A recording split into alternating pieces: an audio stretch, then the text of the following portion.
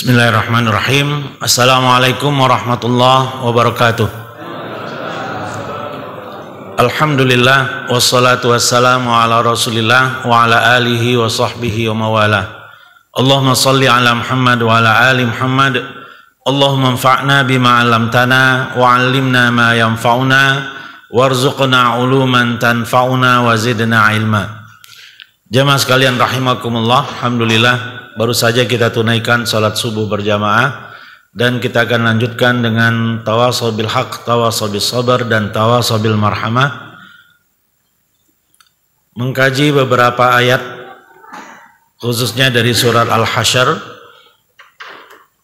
yang temanya tentang hijrah, momentum yang sedang kita berada di dalamnya, atau tema yang disebutkan tadi, semangat hijrah memupuk jiwa yang merdeka. Itu tema besarnya seperti itu insyaallah. Dan poin yang akan kita lebih banyak tekankan adalah poin yang berkaitan dengan ukhuwah. Baik, kita bacakan dulu ayatnya. A'udzubillahi minasyaitonirrajim. Lil fuqara'il muhajirin alladzina ukhriju min diyarihim wa amwalihim yabtaghuna fadlan minallahi wa ridwana wa yansurunallaha wa rasulah ulaika humus shadiqun. Juga bagi para fuqara muhajirin yang diusir dari kampung halaman dan dari harta benda mereka karena mencari karunia dari Allah dan keridhoannya, dan mereka menolong Allah dan Rasulnya, mereka itulah orang-orang yang benar. Walladzina tabawwa'ud dara wal imana min qablihim yuhibbuna man hajara ilaihim wala yajiduna fi sudurihim hajatan mimma utu wa yu'thiruna ala anfusihim walau kana bihim khasasah wa man yuqa syuhha nafsihi fa ulaika humul muflihun. Dan orang-orang yang telah menempati kota Madinah dan telah beriman, maksudnya kaum Ansar, sebelum kedatangan para muhajirin, mereka mencintai orang yang berhijrah kepada mereka, dan mereka tiada menaruh keinginan dalam hati mereka terhadap apa-apa yang diberikan kepada orang-orang muhajirin, dan mereka mengutamakan orang-orang muhajirin atas diri mereka sendiri, sekalipun mereka memerlukan apa yang mereka berikan itu. Dan siapa yang dipelihara dari kekikiran dirinya, mereka itulah orang-orang yang beruntung. Jadi kalau ayat 8 tentang muhajirin, ayat ke-9 tentang ansar. Ayat ke-10, walladzina ja'u min ba'dihim yaquluna rabbana ighfir lana wa li ikhwanina alladzina sabaquna bil iman wa la taj'al fi qulubina ghillan lil ladzina amanu rabbana innaka ra'ufur rahim. Dan orang-orang yang datang sesudah muhajirin dan ansar, mereka berdoa, ya Tuhan kami, beri ampunlah kami dan saudara-saudara kami yang telah beriman lebih dahulu dari kami, dan janganlah engkau membiarkan kedengkian dalam hati kami terhadap orang-orang yang beriman. Ya Tuhan kami, sesungguhnya engkau maha penyantun lagi maha penyayang. Ini bunyi ayat, 3 ayat yang akan kita lebih banyak ulas di pagi hari ini, yang kita sudah dengarkan semua tadi. Ayat ke-8 lebih banyak bercerita tentang kaum muhajirin yang hijrah dari Mekah ke Madinah. Alladzina ukhriju min diyarihim, yang hijrahnya ke Madinah karena suasana di kota Mekah tidak kondusif bagi mereka. Ya kesannya orang-orang Mekah ingin mengusir mereka, dan itulah yang terjadi. Mereka pun pergi dari kampung halaman mereka, termasuk di dalamnya Rasulullah Shallallahu Alaihi Wasallam keluar dari kampung halamannya hanya semata-mata mereka meyakini Rabbunallah, bahwa Rabb kami adalah Allah. Gara-gara itu mereka terusir karena penduduk kampung mereka lebih dominan dan tidak nyaman dengan keberadaan orang-orang yang beriman di sana. Ya. Dan fenomena itu terus berulang, ya, di mana orang-orang yang beriman berada di satu tempat yang didominasi oleh orang-orang kafir, maka orang-orang kafirnya itu biasanya tidak merasa nyaman, ya, dengan keberadaan orang-orang yang beriman, apalagi syiarnya orang-orang yang beriman itu terlihat marak begitu, ya, dengan dikumandangkannya azan 5 kali dalam sehari, ya mereka sudah kepanasan itu, ya. Mereka nggak senang, ya, dengan hal yang seperti itu, dan hanya karena alasan itulah, ya, padahal dari sisi akhlak, ya, dari sisi perilaku umat Islam, ya, walaupun mereka minoritas ataupun mayoritas, ya, tetap berakhlakul karimah, ya, ketika berhadapan dengan tetangga-tetangga mereka yang bukan muslim, ya, umumnya seperti itu, ya. Bahkan di masyarakat kita, tetangga yang bukan muslim itu asalkan baik itu benar-benar dihormati gitu, ya. Hampir tidak pernah kita dapatkan ada yang melecehkan tetangganya hanya karena perbedaan agama, itu nggak ada, ya. Tapi kalau sebaliknya tidak, ya, kalau umat Islamnya yang minoritas, ya biasanya atau seringkali mereka akan diintimidasi, ya, akan dikucilkan dan dikecilkan. Paling maksimal mereka membiarkan umat Islam untuk melaksanakan ajaran agama mereka, tapi jangan sampai besar, jangan sampai membesar. Kalau hanya sekedar-sekedarnya ya silahkan, tapi kalau sudah mulai membesar, nah itu mereka juga tidak nyaman. Nah inilah sunnatullah yang berlaku, ya, sunnatullah yang terus berulang, ya, sejak hijrahnya Rasulullah Shallallahu Alaihi Wasallam, ya, sampai sekarang, ya, berapa kali terjadi, ya, dalam sejarah, ya, manusia. Ketika umat Islam mayoritas, yang non muslimnya nyaman, ya. Di Andalusia orang-orang Kristen sebenarnya nyaman berada di wilayah yang mayoritas muslim di Andalusia, ya. Mereka bisa mendapatkan kebutuhan mereka. Satu hal yang tidak menyamankan mereka adalah ada umat Islam di wilayah mereka, di Eropa maksudnya. Hanya itu masalahnya. Mereka nggak nyaman kalau di Eropa itu ada umat Islam. Jadi bukan masalah akhlak, ya, bukan masalah mereka terganggu, ya, karena kezaliman yang dilakukan oleh umat Islam, tidak. Ya, mereka tidak nyaman karena bertetangga dengan umat Islam, itu saja. Rasulullah Shallallahu Alaihi Wasallam mengajarkan kita untuk tetap berbuat baik kepada orang-orang kafir selama mereka tidak mengganggu ketentraman umat Islam. Itu ada ayatnya di dalam Al-Quran.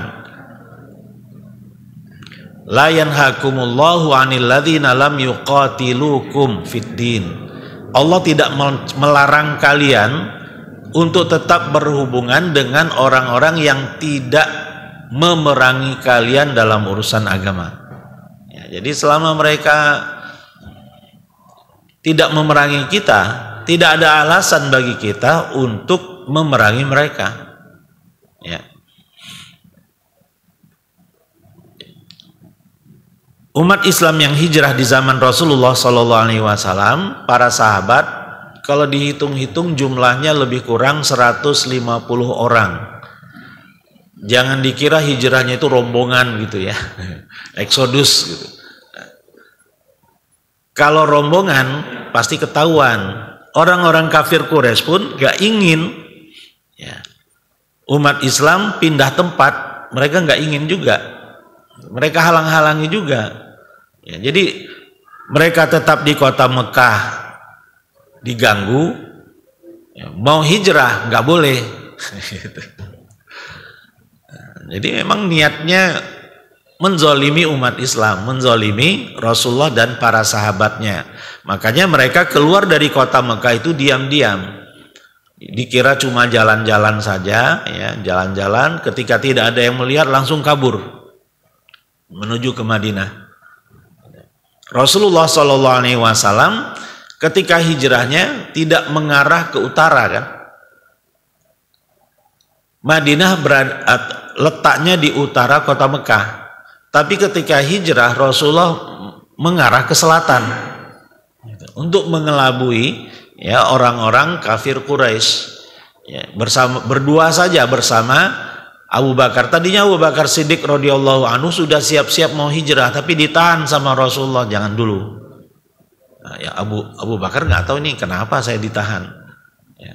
Ketika Abu Bakar Siddiq radhiyallahu anhu memberanikan untuk bertanya kepada Rasulullah SAW tentang alasannya, ternyata Rasulullah ingin Abu Bakar lah yang menemani beliau. Itu dirasakan oleh Abu Bakar Siddiq radhiyallahu anhu sebagai satu penghormatan. Ya. Padahal semua orang tahu bahwa memang pantas Abu Bakar mendapatkan penghormatan atau kemuliaan itu. Tapi Abu Bakar Siddiq tidak merasa dirinya itu seperti yang difikirkan oleh sahabat-sahabatnya. Gitu. Nah, sampai di sini begitulah ciri-ciri orang soleh itu. Ya, ciri-ciri orang soleh itu tidak merasa dirinya soleh. Abu Bakar Siddiq radhiyallahu anhu tidak merasa bahwa dirinya punya kelebihan, bahwa dirinya pantas untuk menemani berduaan bersama Rasulullah SAW. Abu Bakar nggak merasa. Ya. Kan kalau Rasulullah yang memilih berarti spesial banget. Bukan Umar yang dipilih, bukan Utsman, bukan Ali, yang dipilih justru Abu Bakar Siddiq radhiyallahu anhu. Ya. Jadi jalan yang dilalui adalah arah Gua Tsaur ya, atau Bukit Tsaur atau Gunung Tsaur, ya, Jabal Tsaur, ya, yang berada di arah selatan. Ya, jadi bukan ke utara malah ke selatan, itu dalam rangka untuk mengelabui orang-orang kafir Quraisy. Ya, sembunyi-sembunyi, dan ternyata ketahuan juga, dikejar-kejar, ya, sembunyi di dalam gua. Dalam gua itu bukan 1-2 jam, beberapa hari. Sampai tenang semuanya, nah, barulah Rasulullah SAW bersama Abu Bakar berangkat menuju ke Madinah melalui jalur pantai. Ya. Ketika Rasulullah SAW memperhatikan Abu Bakar ini kadang jalannya di depan, kemudian pindah ke belakang, pindah ke kanan, pindah ke kiri. Rasulullah heran, ini kamu ada apa Abu Bakar? Ya, kenapa pindah-pindah, kadang ke depan, ke belakang, ke kanan, ke kiri? Jawaban Abu Bakar Siddiq radhiyallahu an, ketika aku merasa akan ada musuh dari arah depan, aku pun pindah ke depan. Ketika aku merasa ada musuh yang akan menguntitmu dari belakang, aku pun pindah ke belakang. Aku pun pindah ke kanan, pindah ke kiri. Ternyata itu alasannya. Dan Abu Bakar mengatakan, in uhliktu nafsi. Kalau aku yang terbunuh, aku terbunuh sendirian, gak ada masalah bagi umat Islam. dengan terbunuhnya diriku. Wa in uhlikta wa ma'akar risalah. Ya. Tapi kalau engkau yang terbunuh, engkau punya risalah ya Rasulullah. Umat akan rugi kalau engkau yang terbunuh. Cukup aku yang terbunuh. Subhanallah. Ya. Jadi seperti itu pembelaan Abu Bakar. Jadi Rasulullah SAW benar-benar tidak salah pilih. Yang dipilih benar-benar seseorang yang loyalitasnya di atas rata-rata. Maka wajar kalau setelah Rasulullah SAW wafat, yang dipilih menjadi khalifah itu adalah Abu Bakar. Ya, itu sudah aklamasi sudah. Ya, pilihannya itu Abu Bakar Siddiq, nggak ada pilihan yang lain. Kenapa? Karena saking seringnya Rasulullah SAW berduaan bersama Abu Bakar Siddiq radhiyallahu anhu. Ya. Kita lanjutkan. Ya betul. Alladzina ukhriju min diyarihim wa amwalihim. Jadi orang-orang muhajirin itu hijrah meninggalkan ya, rumah dan meninggalkan harta-harta mereka di kota Mekah. Mereka tidak bisa bawa banyak harta untuk kabur ke Madinah. Kalau mereka banyak bawa harta, ketahuan. Kalau lari pun keberatan. Ya, akan bisa ditangkap gitu. Ya, jadi mereka hijrahnya itu dengan apa yang melekat di tubuh mereka, ya, supaya ringan kaburnya gitu. Kalau dikejar pun bisa lari kencang. Kalau banyak bawa barang kan susah. Nah, jadi itu alasannya. Sehingga para muhajirin ketika sampai di Madinah benar-benar nggak punya modal apa-apa.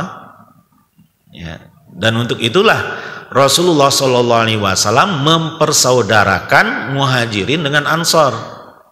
Ya. Satu orang ansor harus menalangi kehidupan satu orang muhajirin, atau dua orang ansor ya, memperhatikan kebutuhan satu orang ansor.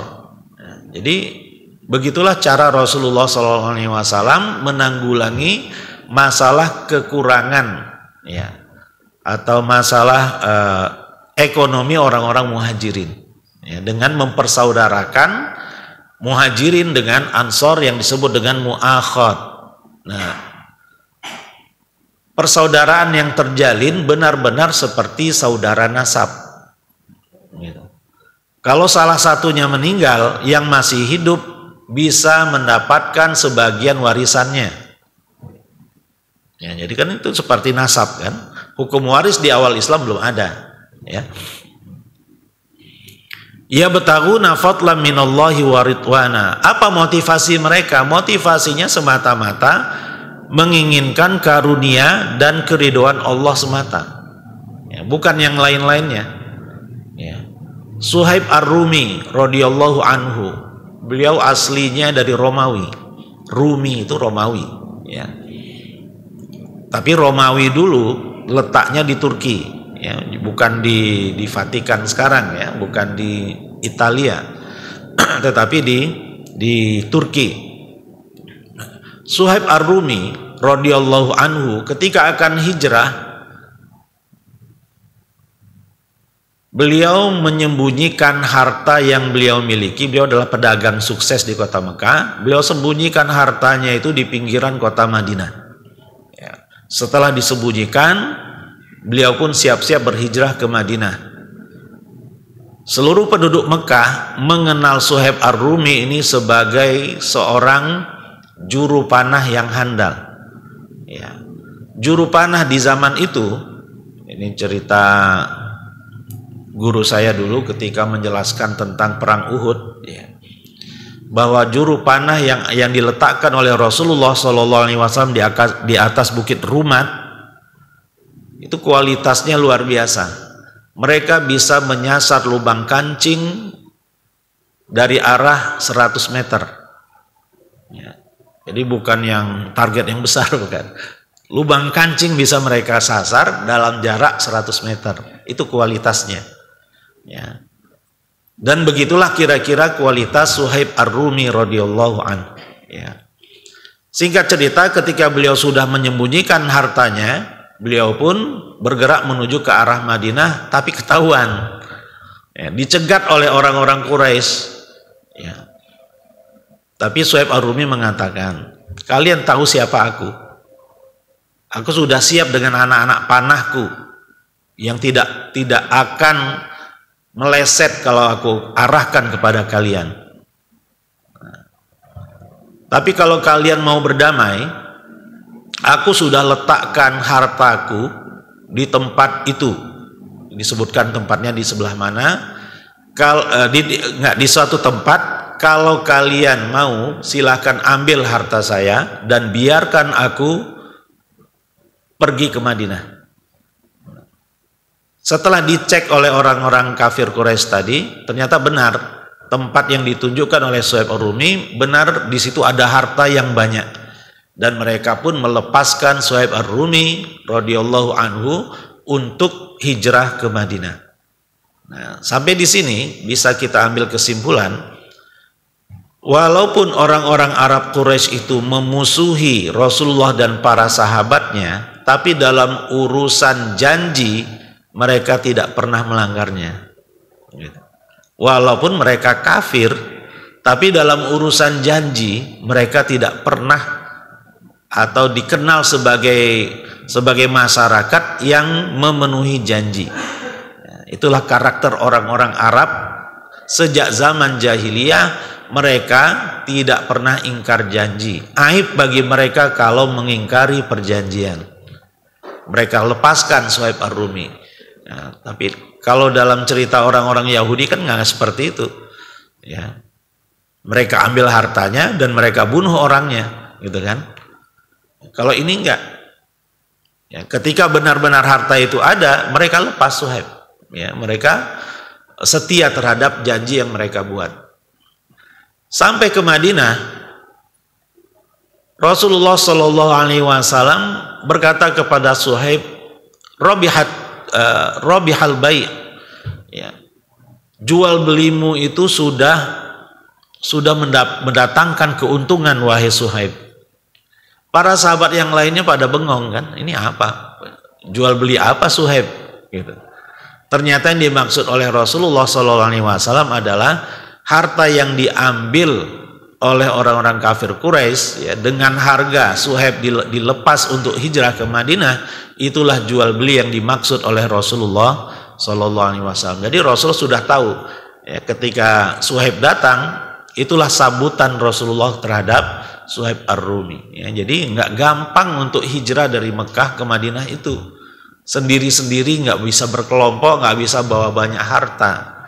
Makanya wajar kalau orang-orang muhajirin ketika sampai di Madinah mereka nggak punya harta, nggak punya modal, atau kalaupun punya ala kadarnya. Apa motivasi mereka?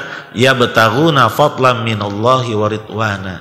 Ya, jadi kalau motivasi kita hanya semata-mata ingin meraih keridhaan Allah Subhanahu wa taala, kita akan mudah untuk mengorbankan apapun yang kita miliki.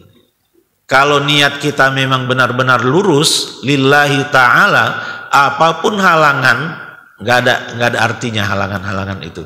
Ya.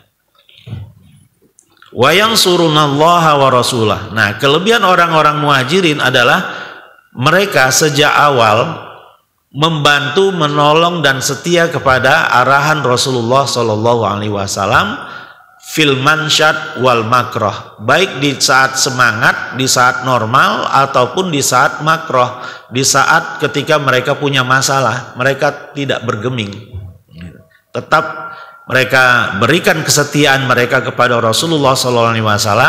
Mereka tolong agama Allah dan tolong Rasulnya, ya. Mereka menolong Rasulullah SAW dan itu sudah terbukti, ya. Ulaika humus shadiqun. Mereka itulah orang-orang yang jujur dalam mempertahankan keimanan mereka.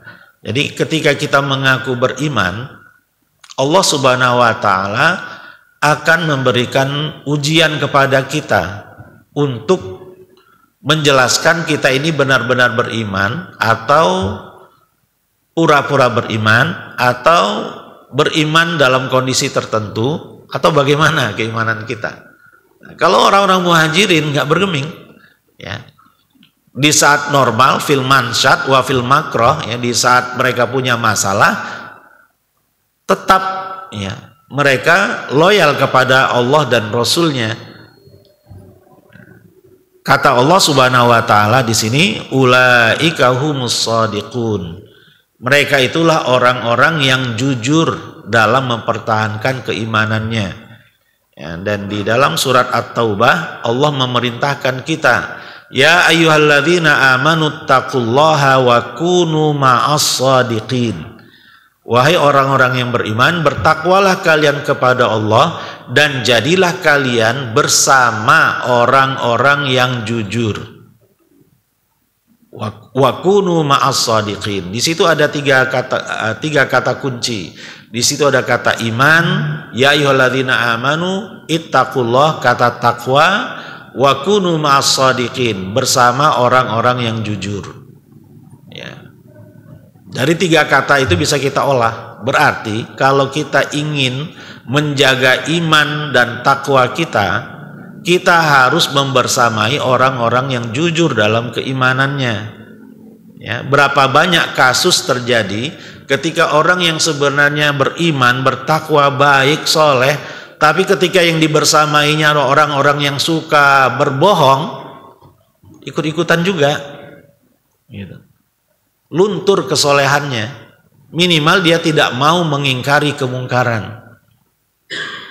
Makanya penting bagi kita untuk membersamai orang-orang yang jujur dalam keimanannya supaya keimanan kita terjaga.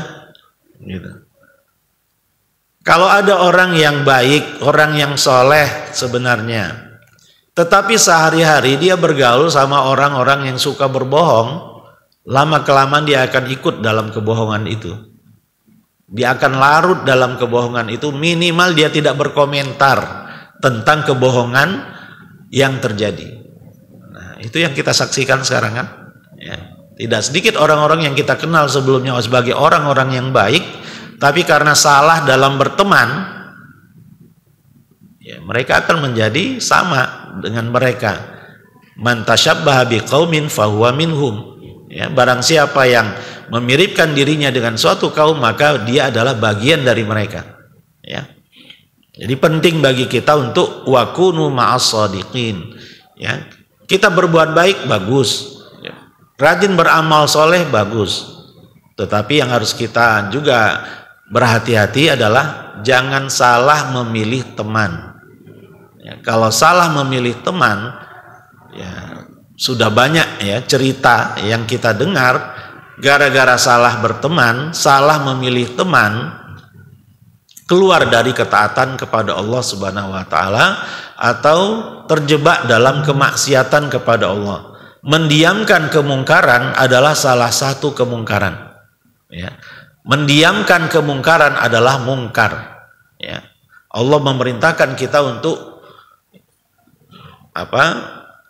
amar ma'ruf nahi mungkar. Ya, kuntum khaira ummatin ukhrijat linnas ta'muruna bil ma'ruf wa tanhauna 'anil munkari wa tu'minuna billah. Ya. Jadi penting sekali lagi ketika kita sudah baik alhamdulillah, rajin ke masjid alhamdulillah, tetapi poin yang lain adalah kalau kita ingin keimanan kita itu tidak terlalu berat ya tantangannya, sering-seringlah bersama orang-orang yang jujur. Sering-seringlah bersama orang-orang yang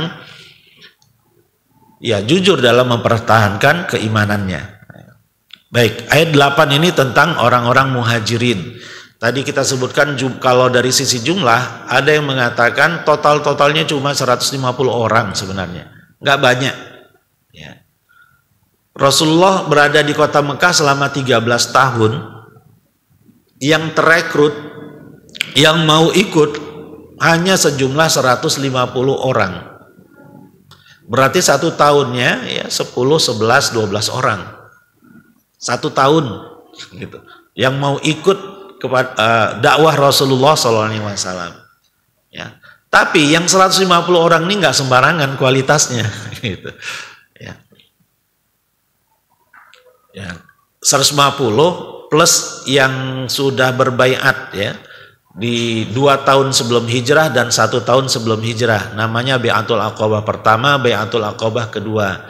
Ketika Rasulullah SAW memindahkan objek dakwahnya, tadinya kan ke penduduk kota Mekah, orang-orang kafir Quraisy. Ternyata mental. Ya. Beliau pun berdakwah ke Taif, dilempari, dikejar-kejar.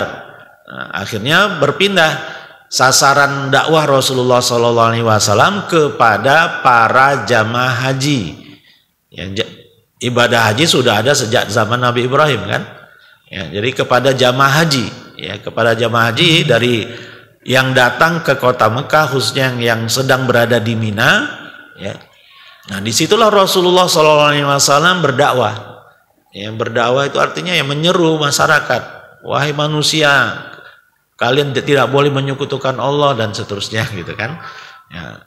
Di sampingnya sudah ada Abu Lahab atau Abu Jahal yang memprovokasi mereka yang tertarik untuk mendengar. Nggak usah dengarkan dia orang gila itu.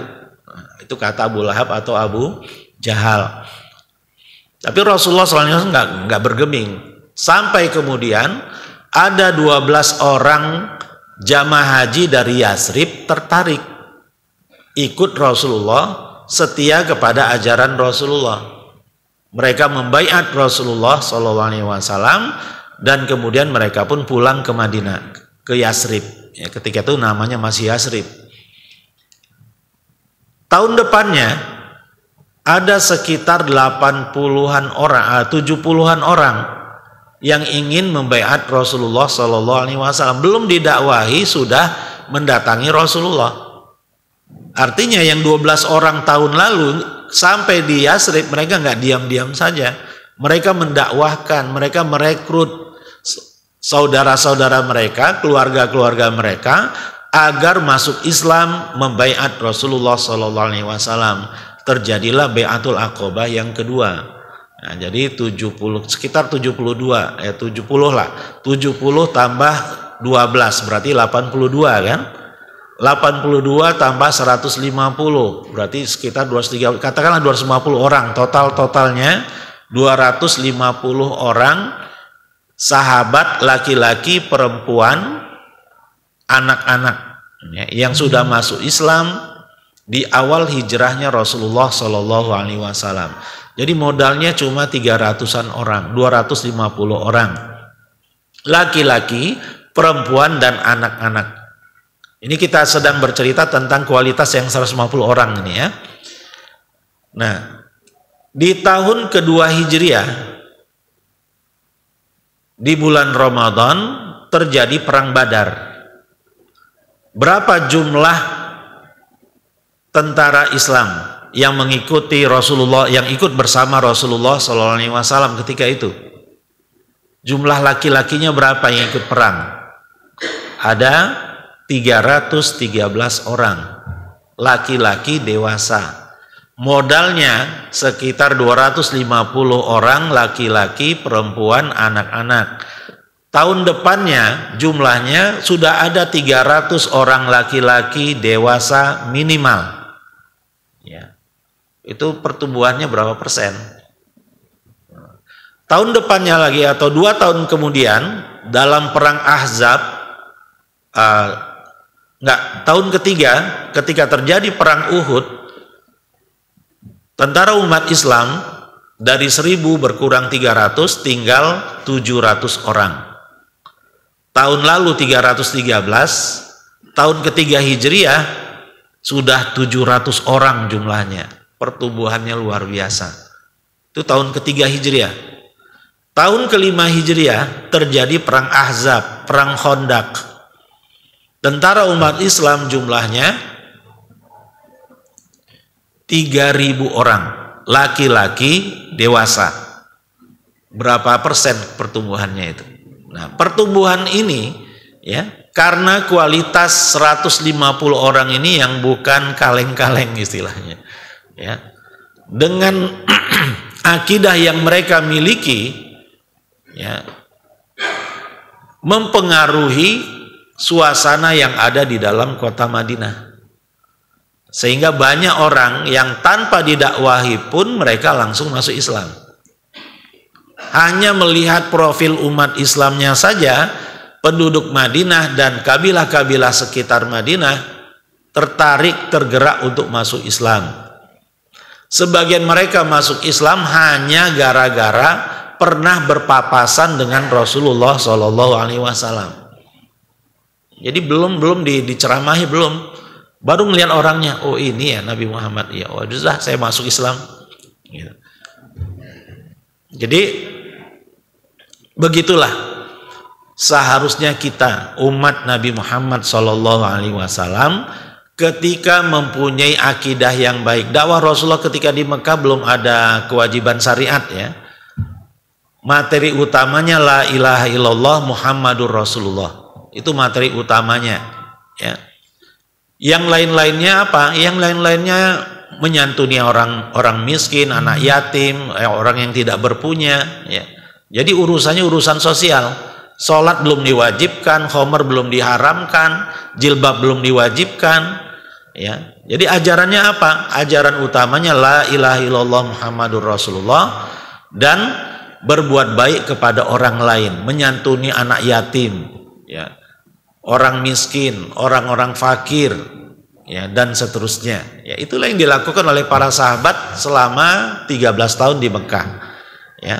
Dan ternyata akibat tempaan akidah yang dilakukan oleh Rasulullah SAW kepada mereka, ketika mereka sudah hijrah ke Madinah, banyak manusia-manusia masyarakat di kota Madinah itu yang terpengaruh bahasanya apa, aura ya, oleh aura para muhajirin ini ya. Jadi ibrah, pelajaran yang bisa kita ambil adalah tidak semua umat Islam itu tertarik untuk ngaji gitu. Sebagian besar umat Islam ya cuma yang penting saya sholat, yang penting saya puasa, udah selesai ya. Untuk menggali lebih jauh ya tentang ajaran Islam, sunnah-sunnah Rasulullah SAW, mereka nggak tertarik.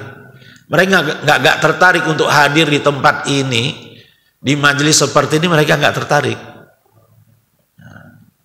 Dan itulah sunnatullahnya memang seperti itu. Yang masuk Islam sebenarnya, yang orang-orang Islam ya, itu sebenarnya banyak kan jumlahnya di kota Madinah, tetapi berapa nama yang kita hafal? Jumlah sahabat Rasulullah SAW itu sampai Rasulullah wafat ada sekitar 100.000 orang. Kira-kira dari 100.000 orang sahabat Rasulullah SAW, berapa nama yang kita hafal? Paling Abu Bakar, Umar, Utsman, Ali radhiyallahu anhum. Setelah itu ya Abu Hurairah, Aisyah, Khadijah, siapa lagi? Ya. Dapat 50 saja udah luar biasa kan? Gitu. Kenapa itu terjadi? Ya karena level-level umat Islam itu banyak. Ada ring 1 istilahnya, ada ring 2, ada ring 3, ada ring 4, begitu seterusnya. Ring 1-nya itu adalah Abu Bakar dan Umar. Ya. Kemudian ditambah Utsman dan Ali radhiyallahu anhum. Ring berikutnya adalah para veteran perang Badar yang jumlahnya 313 orang itu. Itu ring berikutnya, sahabat Rasulullah SAW yang daftar namanya ada sampai sekarang. Sampai 313 itu si fulan itu ada sampai nomor 313. Nah, kalau sudah masuk perang Uhud, nah itu sudah tidak ada lagi daftarnya gitu. Ya, banyak yang tidak dikenal dari 700 orang sahabat yang mengikuti Rasulullah dalam perang Uhud. Perang Khandaq ada 3.000 orang, itu juga list namanya nggak nyampe 3.000. 1.000 aja nggak ada mungkin. Ya. Jadi angka-angka ini saya sebutkan ini sebagai penyemangat bagi kita ketika keimanan, ketakwaan kita baik, itu akan berpengaruh kepada orang-orang yang belum baik. Tadi kita ceritakan banyak penduduk Madinah masuk Islamnya itu bukan karena diceramahi, Ya, tetapi semata-mata melihat profil Rasulullah, melihat profil para sahabat, kok baik, kok akhlaknya luar biasa, akhirnya mereka masuk Islam. Hanya karena itu.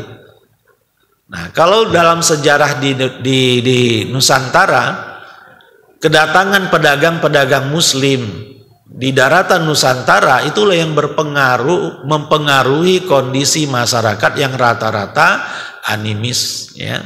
Tidak percaya Tuhan, ya, sebagiannya mungkin ada yang Hindu, ya, ada yang Buddha, tapi mereka tergerak masuk Islam hanya gara-gara berinteraksi dengan pedagang-pedagang Muslim. Ya, tidak pernah diangkat pedang untuk memerangi orang-orang kafir di Indonesia, nggak pernah. Dan cerita ini kerap disampaikan oleh ulama-ulama di Timur Tengah saat mereka berceramah. Bercerita tentang Indonesia, itulah yang diceritakan. Siapa bilang Islam itu tersebar gara-gara pedang? Nah, mereka memberi contoh Indonesia. Subhanallah. Ya. Jadi kita sudah menjadi contoh gitu, bagi mereka betapa peran akhlakul karimah itu tidak kalah pentingnya dibanding senjata dalam berdakwah.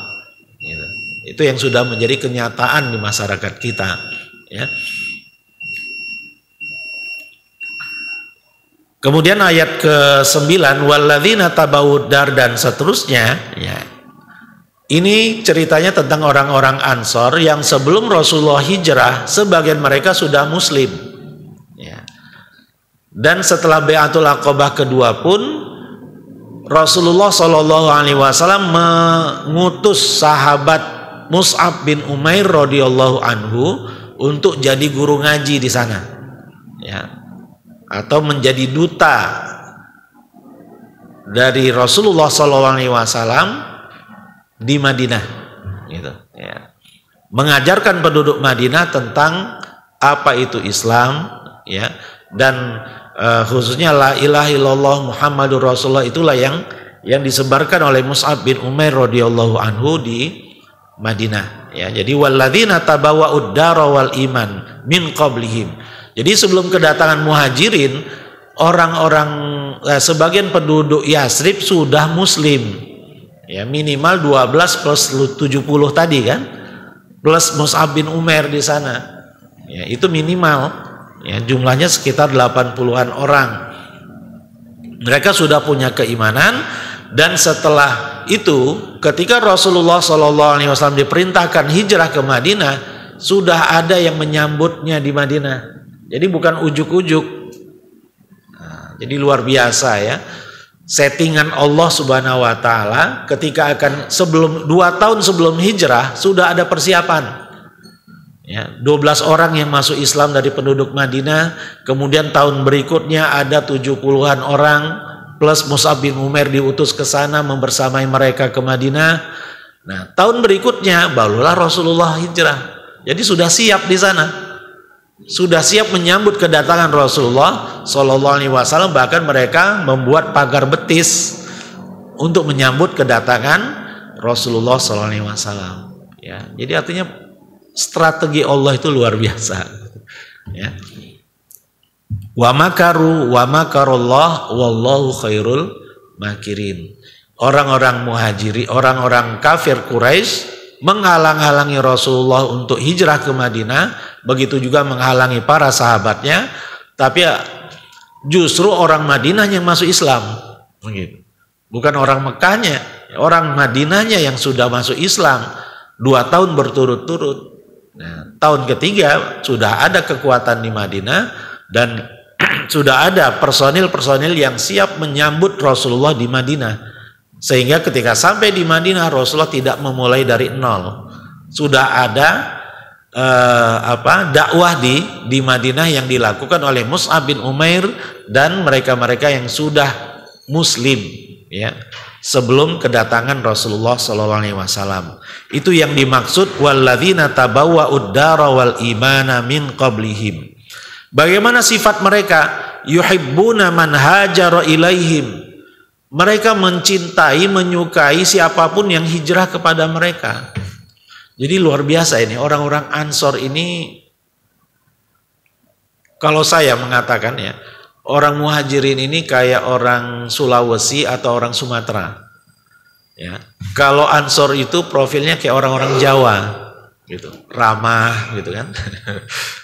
Sampai sekarang orang-orang Ansor kita bisa membedakan, ya, bapak-bapak, ibu-ibu yang sudah pernah ke Mekah, ke Madinah bisa membedakan profil orang Mekah itu seperti apa, profil orang Madinah itu seperti apa, gitu.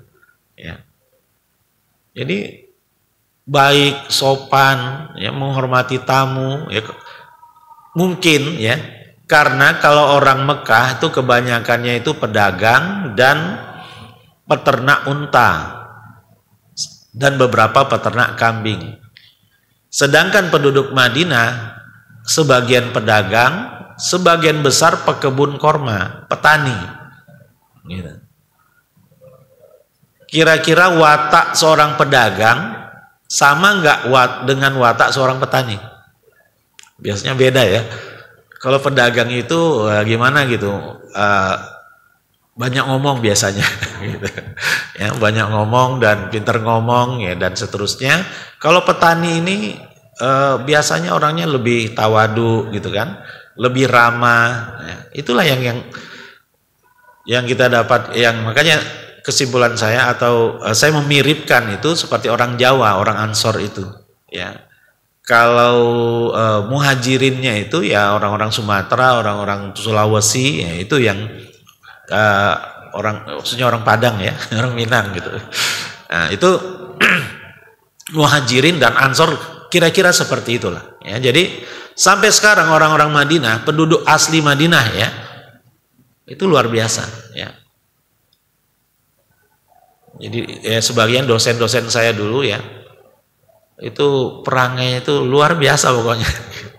Ya, kita kalau datang ke rumah mereka itu sudah kayak dianggap anak sendiri. Ya. Sambutannya itu seperti mereka sudah kenal kita puluhan tahun. Pernah ada pembimbing haji ya, dari kita dari Tangerang ini cerita waktu di Masjidil Haram dia ketemu dengan orang Arab, orang Mekah. Ya, tapi bukan asli orang Mekah kayaknya. Nah, ngobrol, diundang untuk mampir ke rumahnya di Aziziyah. Ya, datanglah dia pada Isya ke rumahnya. Diterima di ruang paling depan. Hidangannya teh. Ya. Kemudian pindah lagi ke ruangan berikutnya ada buah-buahan. Pindah lagi ke ruangan berikutnya ada nasi kebuli, nasi biryani dan kawan-kawan gitu. Pindah lagi ke ruang berikutnya ada buah-buahan lagi. Nah, setelah itu pintu keluar gitu. Pulang lewat pintu yang lain. Ya. Jadi seolah-olah sudah kenal lama, padahal baru saja ngobrolnya itu di Masjidil Haram. Diundang ke rumah itu bukan hanya teh, semua makanan keluar. Ya. Dan teknis menghidangkannya pun luar biasa. Satu ruangan, pindah-pindah ruangan. Dan di setiap ruangan itu hidangannya berbeda-beda. Nah, begitulah. Ya. Kira-kira profil penduduk Madinah itu seperti itu, hangat sekali. Ya. Nah, apalagi kaum Ansor di zaman Rasulullah SAW diceritakan di sini, yuhibbuna man hajara ilaihim. Mereka mencintai siapapun yang berhijrah ke kampung mereka. Ya, pertama, wala yajiduna fi sudurihim hajatam mimma utu. Mereka tidak pernah mendapatkan sesuatu ganjelan di dalam dada mereka terhadap apapun yang diberikan kepada kalangan muhajirin. Mereka nggak iri, nggak dengki. Kaum muhajirin ini kan sudah kita ceritakan tadi, hidupnya kekurangan. Maka wajar kalau mereka diberi santunan lebih banyak oleh Rasulullah. Kalau habis perang dapat ghanimah, orang muhajirin ini yang lebih diprioritaskan. Karena mereka nggak punya rumah, nggak punya penghasilan, dan seterusnya. Dan orang-orang Ansor nggak punya ganjelan gitu. Ya. Wala yajiduna fi sudurihim hajatam mimma utu. Apapun yang diberikan fasilitas yang diberikan ke orang-orang muhajirin, orang-orang ansor tenang-tenang saja. Ya, mereka nggak protes. Ya. Itu yang kedua. Ya. Ketiga, wa yu'thiruna ala anfusihim walau kana bihim khasasah. Mereka ithar, mendahulukan saudara-saudaranya muhajirin dibanding diri mereka sendiri, padahal mereka pun butuh. Gitu. Nah, dalam hal ini diceritakan ada satu kisah ketika Rasulullah Shallallahu Alaihi Wasallam kedatangan tamu dari luar Madinah. Ya, di riwayat lain dikatakan ada seorang sahabat datang ke Rasulullah mengeluhkan bahwa dia belum makan. Ditanyakanlah kepada Rasulullah, kepada sahabat-sahabatnya yang sedang berada di masjid, siapa yang bersedia untuk menerima tamunya Rasulullah. Mendengar itu ada seorang sahabat. Ya, di satu riwayat tidak diceritakan siapa dia, tapi di riwayat yang lain diceritakan, disebutkan namanya Abu Tolhah radhiyallahu anhu. Abu Tolhah mengatakan, saya Rasulullah, saya yang akan menerima tamu Anda ini di rumah saya. Pulanglah Abu Tolhah ke rumahnya, memberitakan kepada istrinya bahwa kita akan menerima tamunya Rasulullah. Istrinya terperanjat. Ya. Kita nggak punya persediaan makanan kecuali hanya satu porsi yang cukup untuk anak kita. Ya sudah, kalau begitu tidurkan dia sejak awal lagi supaya dia tidak merasakan lapar maksudnya. Dan nanti kalau tamu Rasulullah SAW kita berikan hidangan makan malam, pura-pura kehabisan minyak, matikan lampu. Ya, dan kita pun pura-pura mengunyah supaya tamu kita, tamu Rasulullah ya nyaman gitu untuk menyantap makanannya. Maka strategi itu pun diterapkan, ya, diterima, dihidangkan makanan, ya, kemudian mati lampu. Abu Tolhah dan istrinya pura-pura mengunyah dan tamunya pun semangat menyantap makanan yang dihidangkan. Ya, mereka mengira mereka makan bersama gitu, padahal Abu Tolhah dan istrinya tidak mendapatkan makanan, cuma satu porsi. Satu porsi itu pun punya anaknya. Ya kita. Kalau kita yang mengalah bisa mungkin ya. Tapi kalau terpaksa mengambil jatah anak kita untuk diberikan orang lain, mencak-mencak istri kita. Gitu kan. Atau kitanya pasti gak rela. Gitu. Ini enggak. Abu Tolhah dan istrinya ya, memberikan makanan porsi anaknya kepada tamu. Gitu. Inilah yang dimaksud. Dan Allah Subhanahu wa taala pun menurunkan wa yu'thiruna ala anfusihim walau kana bihim khasasah. Ya, keesokan paginya ketika Rasulullah bertemu dengan Abu Tolhah, Rasulullah memberitakan, laqad dhahikallahu min sani'ika al-barihata ya Aba Tolhah. Sungguh Allah sudah tertawa. Satu-satunya sahabat yang pernah membuat Allah tertawa, tersenyum adalah Abu Tolhah. Ya, tentunya ini berita dari malaikat. Laqad dhahikallahu min sani'ika al-barihata ya Aba Tolhah. Ya, demi Allah, Allah sudah tertawa, tersenyum melihat tingkah polamu bersama keluargamu tadi malam. Gitu. Jadi itu tanda-tanda apa itu? Kalau seorang sahabat diberitakan sudah berhasil menjadikan Allah tertawa. Itu tanda-tanda baik. Itu berarti Allah ridho kepada sahabat Abu Tolhah. Kalau Allah sudah ridho ya jannah, surga tempatnya. Ya. Itulah ithar. Wa yu'thiruna ala anfusihim walau kana bihim khasasah. Ini diantara karakter penduduk Madinah, ithar. Mereka dahulukan saudaranya dibandingkan dirinya sendiri padahal dia butuh.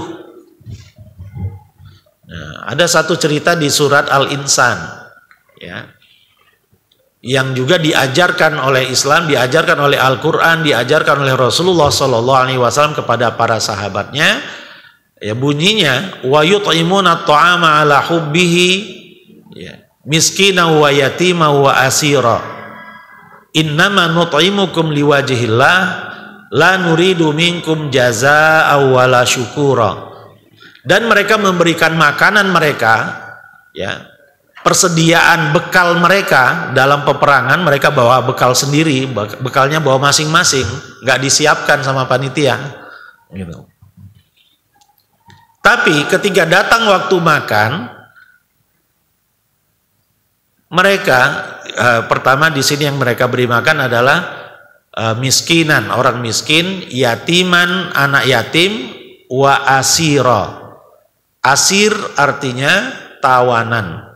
Ya, jadi dalam peperangan kalau datang waktu makan, para sahabat mendahulukan tawanannya dibanding dirinya sendiri. Kan itu sudah luar biasa itu. Ya, nggak terjadi dimanapun, di mana tawanan dihormati, ya, diperlakukan layaknya manusia, bahkan didahulukan untuk menyantap makanan dibanding tentara-tentara umat Islamnya. Nah, ini cerita seperti ini nggak ada dalam cerita dimanapun, di bangsa manapun nggak ada. Inilah yang sudah pernah dipraktekkan oleh para sahabat radhiyallahu anhum. Inilah ithar yang luar biasa. Jangankan untuk teman, untuk lawan, untuk musuh yang sudah menjadi tawanan pun masih disantunin, gitu. Masih diperhatikan kebutuhan-kebutuhannya. Ya. Nah, inilah yang disebut dengan ithar. Orang Ansor, orang-orang Madinah terkenal dengan itharnya ini. Ya.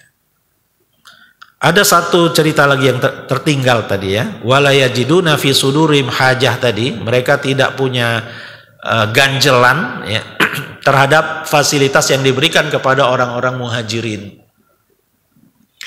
Ketika Rasulullah SAW sedang ceramah, ya, sedang ceramah di masjid, tiba-tiba Rasulullah menginterupsi ceramahnya sendiri dan mengatakan akan muncul dari arah sana seseorang yang akan Allah masukkan dia ke dalam surga.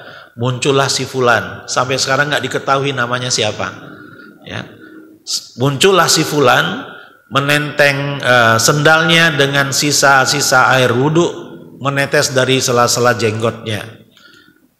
Kemudian di keesokan harinya Rasulullah sedang ceramah, kembali Rasulullah katakan akan muncul dari arah sana orang yang akan Allah masukkan ke dalam surga. Muncul si fulan lagi, orang yang kemarin. Di hari yang ketiga pun demikian.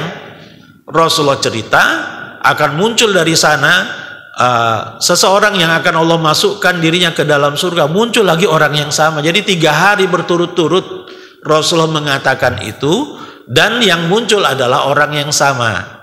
Di antara yang hadir ada Abdullah bin Amr bin As radhiyallahu anhuma. Ya, dia merasa penasaran, ini kenapa ya dia yang dijamin masuk surga ini, apa amalannya? Singkat cerita, Abdullah bin Amr minta izin ke orang itu, boleh nggak saya menginap di rumahmu? Saya punya masalah dengan ayah saya. Kalau orang Madinah udah paham itu. Kalau cerita Abdullah berselisih dengan ayahnya Amr bin As radhiyallahu anhuma, itu sudah mafhum, sudah maklum semuanya. Kenapa? Karena beda umurnya cuma 11 tahun. Antara ayah dan anak beda umurnya 10 atau 11 tahun gitu. Berarti Amr bin As menikah di umur 11 tahun atau 10 atau 11 tahun. Gitu. Pernikahan dini. Gitu. Ya. Tahun berikutnya dia sudah punya anak namanya Abdullah. Jadi Abdullah dan Amr bin As ini kayak kakak beradik, sering berantem di rumah. Nah, jadi kalau penduduk Madinah mendengar cerita Abdullah bin Amr, saya sedang punya masalah sama ayah saya, udah maklum semuanya gitu. Nah, itulah yang dijadikan alasan oleh Abdullah bin Amr untuk bisa menginap di rumah sahabat tadi dan diterima. Oke, silahkan katanya. Ya, malam pertama biasa-biasa saja, qiyamul lail juga enggak. Oh, ini mungkin dia kecapean ini. Malam kedua, malam ketiga sama. Tidak ada amalan-amalan yang spesifik yang luar biasa, enggak ada. Bahkan mungkin Abdullah bin Amr merasa amalan dia lebih banyak dibanding amalan sahabat yang dijamin masuk surga itu. Ini apa amalannya? Karena sudah malam ketiga udah selesai kan? Kan maksimalnya 3 malam. Kalau menginap di rumah orang yang tidak kita kenal, maksimalnya itu 3 malam. Itu adabnya seperti itu. Kalau orang yang kita kenal, di teman kita, saudara kita, mau sebulan juga nggak apa-apa, gitu. Tapi kalau di orang yang benar-benar nggak pernah kita kenal, dia menerima kita, maksimalnya itu 3 malam. Ya, itu tradisi orang Arab sejak zaman jahiliyah.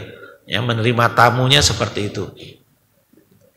Karena tidak mendapatkan jawabannya, akhirnya Abdullah bin Amr tanya to the point, apa sih sebenarnya yang menjadi andalanmu sehingga Rasulullah Shallallahu Alaihi Wasallam menyatakan kamu sebagai calon penghuni surga. Sahabat tadi mengatakan, apa yang kamu lihat di rumahku ini selama 3 malam itulah aku, tidak lebih dan tidak kurang. Kecewalah Abdullah bin Amr karena tidak mendapatkan jawabannya kan. Belum lagi dia berlalu, dipanggil lagi oleh sahabat tadi. Wallahu a'lam, kalau memang itu penyebabnya, setiap malam aku tidak pernah tidur sebelum memaafkan orang-orang yang bersalah kepadaku. Aku tidak pernah tidur dalam kondisi di dalam dadaku ada ghil kepada seseorang, ada ganjelan, ada dendam, ada amarah kepada seseorang. Ternyata hanya itu amalan sahabat tadi, sehingga beliau dijamin masuk surga oleh Rasulullah SAW. Amalannya, apa amalannya? Setiap sebelum tidur memaafkan siapapun yang bersalah kepada dia. Inilah yang dimaksud dengan salamatus sodr, ya, hati yang bersih, ya, tidak punya dendam, tidak punya ganjelan, ya, tidak punya hasad, iri, dengki kepada siapapun, dan itu dia lakukan setiap malam. Kira-kira bisa nggak kita mengamalkannya ini? Mudah atau gampang ini? Untuk memaafkan siapapun yang bersalah kepada kita setiap sebelum tidur. Gampang ya? Alhamdulillah. Bisa kita amalkan. Insyaallah kita coba nanti malam. Ya. Tapi Abdullah bin Amr justru mengatakan apa yang kamu lakukan itu justru itulah yang susah kami lakukan. Itu kata Abdullah bin Amr. Ya, beda dengan jamaah yang ada di sini, itu bisa dilakukan. Gitu. Kalau Abdullah bin Amr merasa nggak sanggup, itu suatu hal yang berat untuk dilakukan. Ya, tapi alhamdulillah kita insya Allah nanti malam akan melakukannya. Ya. Saya pernah ingin mempraktekannya, tapi ingatnya cuma 1 malam, besoknya udah lupa. Ya.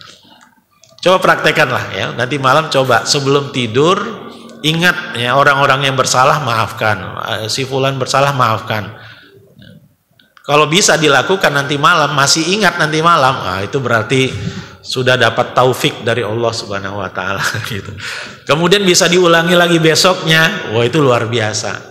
Sampai 1 minggu saja, kalau bisa setiap hari dalam 1 minggu melakukannya, mengamalkannya, itu luar biasa. Ya, itu mendapat taufik, fenomena taufik dari Allah Subhanahu wa taala, ya.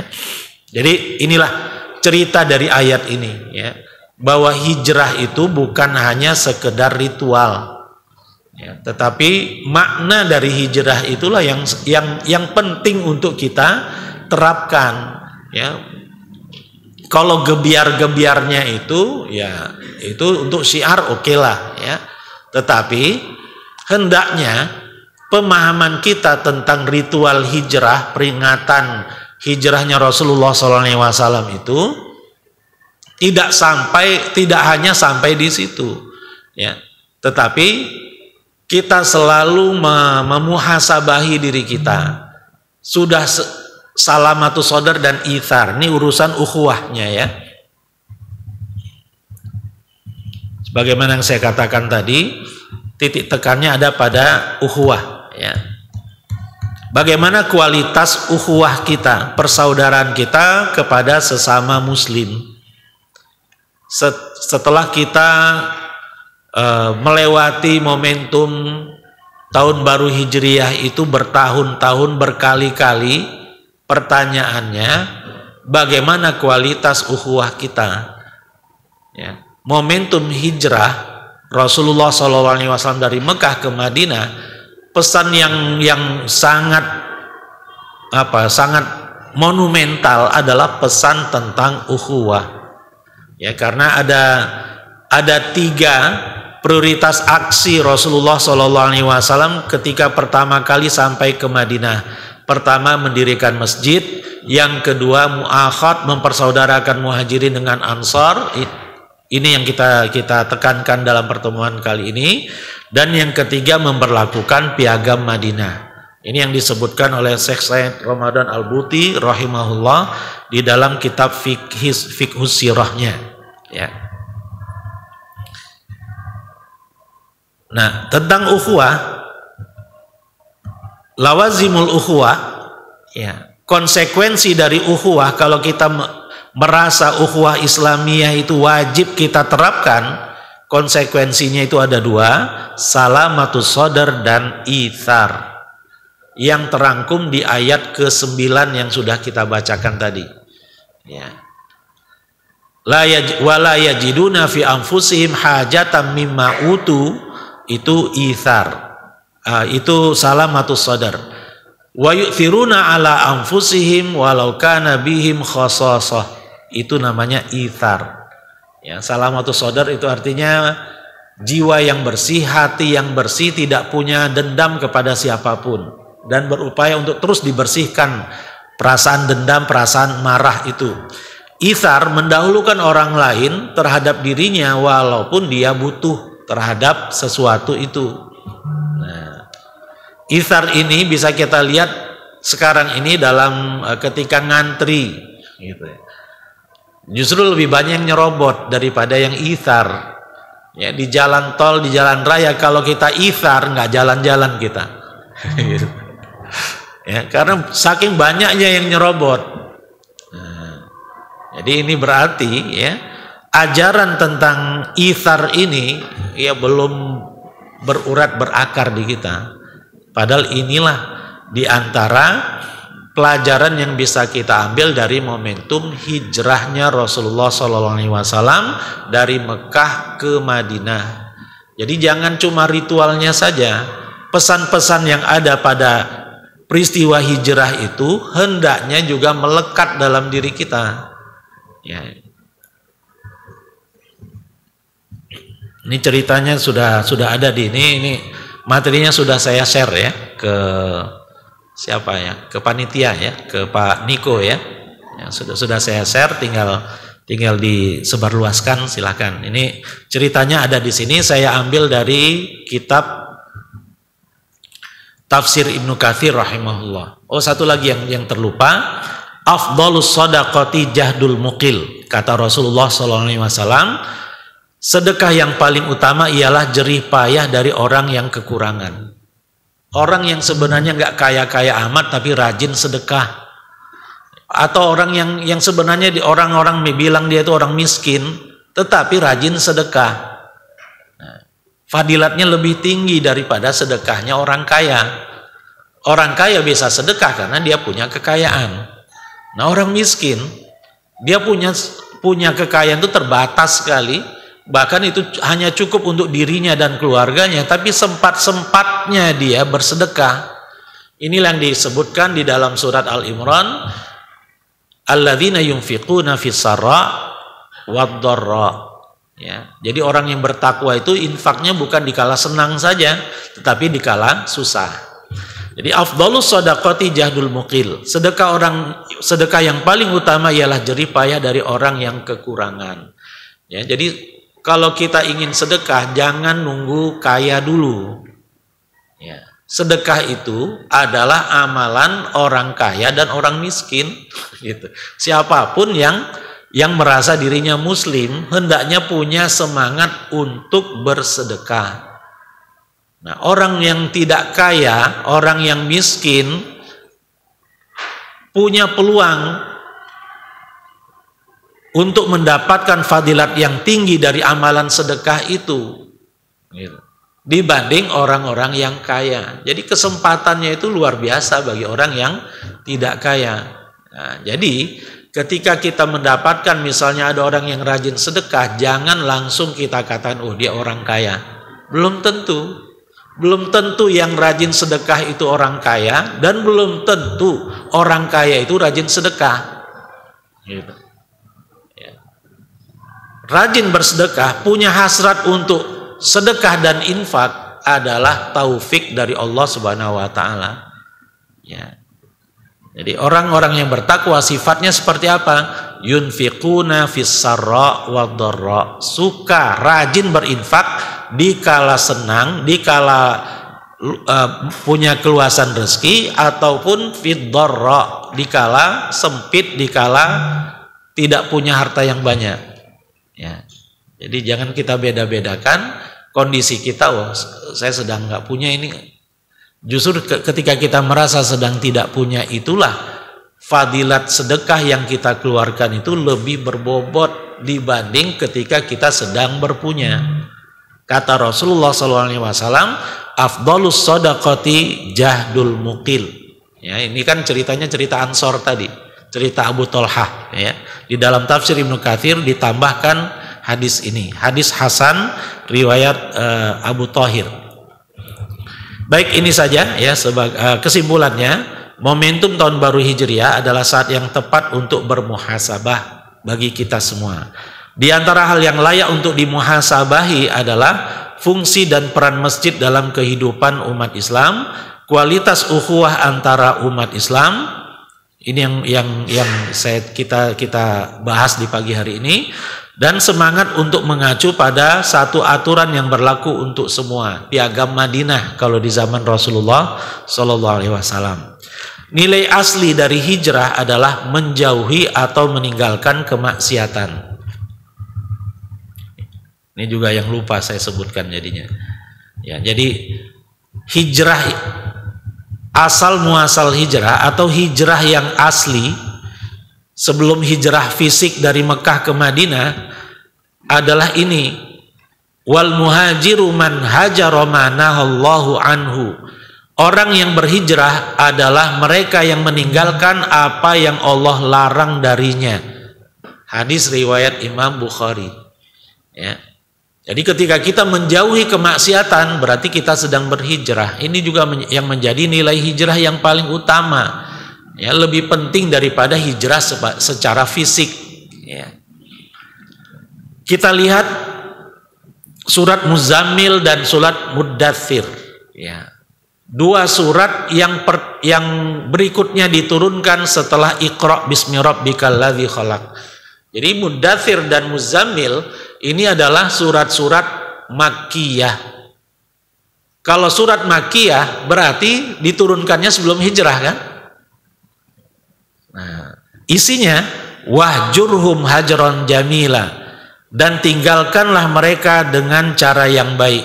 Warrujza fahjur, dan tinggalkanlah segala perbuatan yang keji. Jadi ada nilai-nilai hijrah di dalam ayat-ayat Makkiyah. Ayat-ayat Makkiyah adalah ayat-ayat yang diturunkan sebelum hijrah. Jadi hijrah secara fisik belum dilakukan, nilai hijrahnya disebutkan di dalam beberapa ayat, di dalam ayat-ayat Makkiyah. Subhanallah. Ya, jadi hijrah, asal muasal dari hijrah itu menjauhkan diri kita dari kemaksiatan. Ya. Wallahu a'lam bishawab. Ini saja mungkin yang bisa saya sampaikan. Mohon maaf atas segala kekurangan. In ahsantu faminallah wa in asa'tu faminni wa minasyaitan. Wabillahi hidayah wa taufiq wal afu minkum. Wassalamualaikum warahmatullahi wabarakatuh.